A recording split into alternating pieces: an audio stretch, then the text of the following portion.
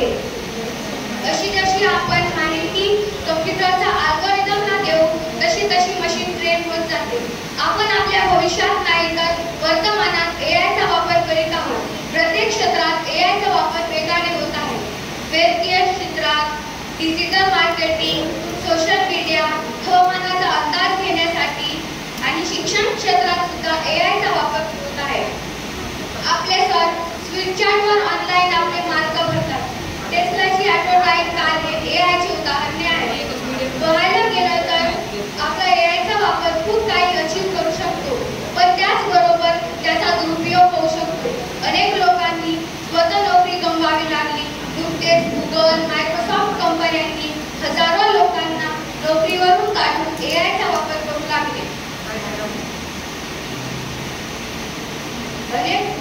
जपानमधील एका chess competition दरम्यान एका मुलाची चेस हरल्याने रोबोटने त्या मुलाचे बोट तोडले. अशी खूप उदाहरणे आहेत. आणि जर एआय मध्ये भावना, इमोशन्स निर्माण केल्यास पुढे जाऊन एआय हा मनुष्य प्रजातीसाठी धोका होऊ शकतो आणि मनुष्याचे अस्तित्व धोक्यात येईल. म्हणून एआय